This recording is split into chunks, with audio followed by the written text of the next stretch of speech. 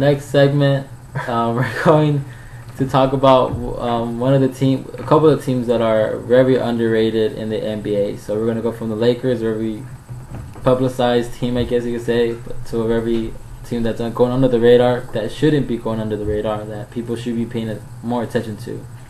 And that team is the San Antonio Spurs, who have the second best record in the Western Conference. This team got a lot deeper in the trade deadline by adding Steven Jackson and Boris Diaw to their team. They have a MVP candidate in Tony Parker, who's having a career year, and they're getting back Ginobili, who's been hurt most of the year, and Duncan's getting the rest he needs and being Duncan. So this is a team that everybody in the West doesn't want to play come playoff time. No, and this is also a team that's only lost 4 games at home, which is a respectable home record. They're one of 2 teams in the Western Conference that is above 500 on the road. So this team can beat you at your stadium.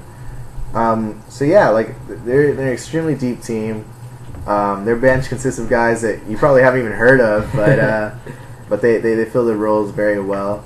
And Memphis isn't going to creep up on them like they did last year. Right. They have teams like Houston and Utah, Dallas perhaps, as potential first-round matchups, and I think they match up very well with them. Their core is older, but they have enough youth on the bench and reliability on the bench to give this team a real kickstart when they need it.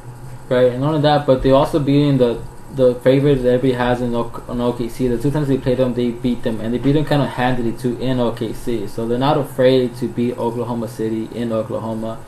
And they know they can beat Miami, and they're going to play the Lakers 3 times in 9 days towards the end of the season. So they're not afraid of anybody in the Western Conference. They know what they're capable of, and they had the best record in the league last year. In the Western Conference, they had the best record. So this is not new to them, and they have probably one of the greatest coaches of all time, and Greg Popovich, who will put his players in positions where they will be able to succeed.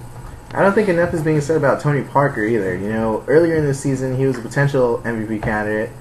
Didn't play in the biggest market, didn't get much attention, but he's having a career year, and he's getting up there in age. He brings a fast, quick dynamic to the team that when you look at it on paper, it looks like it's a half-court team that doesn't have much speed, much athleticism. But Parker, is able to kind of break that mold, break that stereotype that this team has had for years now. Yeah, and the other team we're going to talk about, we want to mention, is the team that beat them last year, which was the Memphis Grizzlies. A team that everybody had as a dark horse coming into the season before Zebo got hurt.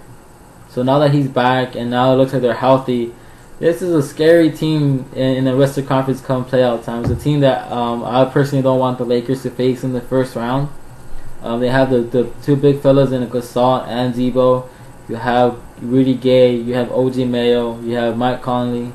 So this is a deep team, a legit team that I don't think OKC wants to see in the first round either. So it's a very tough matchup for many teams out there in the playoffs. This is a team like the San Antonio Spurs that has had to deal with injuries majority of the season. The Spurs lost Ginobili for a good half of the season. The Grizzlies have been without Zach Randolph for half of the season, and he's just now starting to come back. And I think it was the perfect time for him to come back. The playoffs haven't gone in there. The team can adjust to having him back in the lineup. And I think that their chemistry issues should be fixed by the time they get to the playoffs. They should be used to playing together. Just like Isaac said, a very deep team. You have Spikes coming off the bench, Mayo's in there. They can really give some damage. And the Lakers saw that this season. They lost 2 against them. And just the versatility. They're a very tall team. And they have Tony Allen. He's a great defender, yeah. Kobe Stopper of this generation, if you want to call him that. Yeah. But the Grizzlies, a team to watch out for. Yeah. So like Zebo said, he's gonna top Perkins again. He can't guard him. So I want to see that matchup again. So it's gonna be a good team. So you gotta keep your eyes on it for those 2 teams, the Spurs and the Grizzlies. I think both teams are gonna make some noise come postseason. Definitely.